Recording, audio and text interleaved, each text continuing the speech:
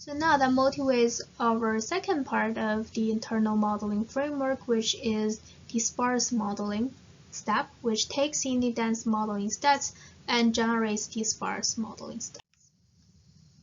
At a high level, our sparse modeling methodology involves analyzing the interactions between three very important specifications. The first one is mapping, second is statistical workload density models, and third one is sparse optimization features. In the end, by analyzing all these interactions, what we want to achieve is to arrive at the required hardware capacity at each level in the architecture, and also the resulting sparse traffic of the storage and compute unit. So let's see how we can achieve this.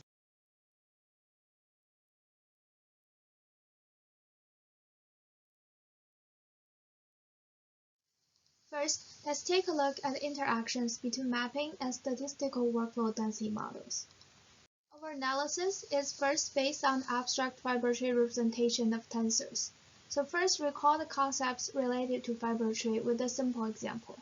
As shown in the slide, we have a vector A with dimension m, and on the right, we have the Fibertree abstraction of tensor A. Recall the important concepts. We have a rank of a tensor, which is associated with the dimensions of the original tensor. We have the fiber. Each fiber contains the coordinates and payloads. Fibertree abstraction is a format-agnostic representation of sparse tensors, and allows clean separation of the sparse nature of the tensor and its data representation format. This separation is very important because the sparse nature of the tensor decides the theoretical savings sparse optimization features can bring, and its data representation format is actually one of the implementation choice realized by sparse optimization features. So now with an idea of how might Fibertree help us with performing data representation format agnostic analysis, let us dive into how mapping and workload density models interact with each other. So for our mapping and workload statistical model interaction analysis, we'll be basing our modeling on this Fibertree-based abstraction. So let's first take a look at mapping. Mapping introduces tiled tensors. As you can see in this figure, we have an accelerator architecture with two storage levels and a compute, a vector A, and a simple mapping that has two for loops working on the only dimension m in A, and we're essentially tiling the vector A into tiles of shape 0, m0. And here we're showing exactly what that means. So essentially we will have the m0 loop, and each m0 loop is a subtensor there with a shape in this example of 2, so tiling basically split your tensor into multiple m0 shape subtensors, and you're iterating through all these subtensors. And in terms of hardware, you're basically saying that we're transferring a tile of m0 shape every time from main memory to a local buffer, as shown here, and you're receiving multiple m0 shape tensors across time. And let's look at these subtensors as well as the tensors stored in the main memory and think about what is the final question that we want to answer. We want to know, for example, how much capacity is needed to store the subtile, meaning how large do we need a buffer in order to store your specific subtensor, and how much data transfers are needed between these storage levels, meaning how many, for example, values are you sending from main memory to the actual buffer. And all of these questions are actually based on the sparse nature of the tensor and the subtensor, meaning the exact number of non-zero values in the subtensor is the basis of answering these questions that we want to ask and finally arrive at the sparse traffic stats. And luckily, Fibertree is what actually defines the sparse nature of the tensors, and it allows a very systematic representation of a tiled tensor. As you can see here, our vector A is tiled, and in the middle we have a Fibertree abstraction of the tiled tensor A, where each fiber in the second rank is actually the subtensor that's stored in the buffer, as shown here in these links. So basically, your fiber that has payloads C and D is one subtile. Your fiber has payload F is another subtile.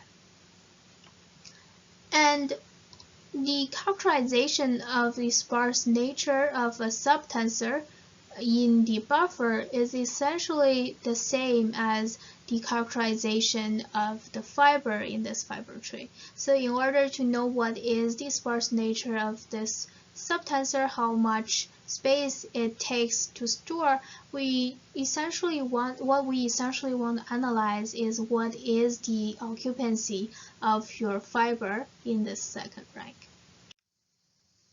And in order to characterize all these fibers in the tensor, we need to consider three things. First, number of ranks involved in the fiber tree, and the fibers in each rank, because you could have a totally empty fiber, thus it doesn't present in the tree because of the amount of sparsity involved in your tensor. So the number of fibers is also important, and also the number of elements in each fiber, which is the occupancy of the fiber. And as you can see in this example, everything is deterministic because we know the exact data in the tensor. So of course, your first fiber, which is the first subtensor, will have an occupancy of 2 because you have 2 coordinates and 2 payloads, and second one will have the occupancy of 1 because you have 1 coordinate and 1 payload. However, in our analytical world, we actually don't want to examine the exact data. So because we want to ensure the fast modeling, we don't examine the exact data in the fibers.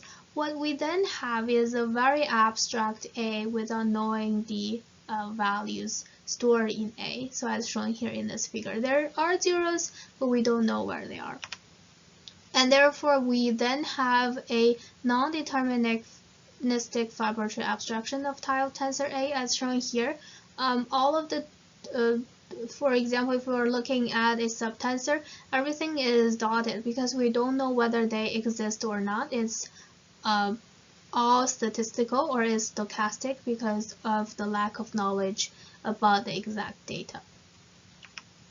And therefore, in order to get a sense of the occupancy of these fibers, we have to have a statistical representation, where as shown in this figure on the x-axis, we have 0 to M0, which is the possible M0 fiber occupancy, because you could have a totally empty M0 fiber. You also could have a full M0 fiber, which is dense. So we want to know what is the probability of each fiber occupancy to occur in our workload when we're running it, and that will give us a sense of the sparse nature of these fibers. So you would, for example, have some distribution of how often each fiber occupancy can occur, and all of these distributions will depend on the workload density model, which is a statistical representation of the zero distributions in your workload. So in type V2, we support two types of sparsity or density model. The first one is the hypergeometric distribution model, and this model is mainly used to describe the randomly distributed zeros in a tensor. So let's look at how this works. Here we're showing an example of a 6x6 tensor with randomly distributed density of 1/6. So essentially we have this tensor with 36 elements, and only 6 of them are non-zero, and they are distributed randomly across the tensor. And we could be looking at various subtensors because of the various mappings that we have. So basically you could have valid mappings mapping this workload to hardware, and all of them will result in subfibers or subtensors of different shape. And here we're showing some examples. We have the blue one, which is the fiber representing a subtensor or coordinate tile of shape 18. We could have a slightly smaller one with the shape of 9 and another smaller one with the shape of 4. And as you can see, even in these examples, when we have larger tiles, it's more likely this tile have a very similar density as the original workload. However, as we're shrinking the size of our subtensor, it is more likely for this tensor to either be totally empty or totally full. So this is the main characteristic of a tensor with randomly distributed zeros. So as our tile gets smaller, it is more likely for us to have an extreme fiber occupancy. So if you have a really low density, then it's more likely for you to have a totally empty fiber. Or if you have a really high density workload, then it's very likely for you to arrive at a full fiber. So we want some distribution that describes this behavior. And this is exactly what hypergeometric distribution can tell us. And as you can see in this figure, we are plotting these probabilities of possible fiber densities. So the higher the density is, the larger the occupancy is. And the x-axis is showing these possible fiber densities. The y-axis is showing the probability of each fiber density occurring during the run of this workload. The different colors of these lines are the different tile shape. So the bottom line, which is the red line, is showing the fiber density distribution of a tile with the shape of 18. So as you can see, it is very likely for this tile to have an occupancy right at the 0.67 x-axis point, and this is because the overall tensor density is also 0.167, and since tensor tile shape of 18 is close enough to the overall workload shape, it is very likely for us to have this density when we take such a tile. However, as we decrease the shape of the tile, for example, if we decrease from 18 to 9, which is the orange line, the highest point shifts slightly to the right because we have a pretty sparse workload, and since we're reducing the size of the tile, it's more likely for us to fetch such a tile of shape 9 with all 0 values. And of course with lower density as well. So as you can see here, the orange line has the highest point with a density that's less than the overall tensor density. And as we go down to tensor shape of 4, it's even more extreme. We have the possible fiber density being 0, the highest probability point.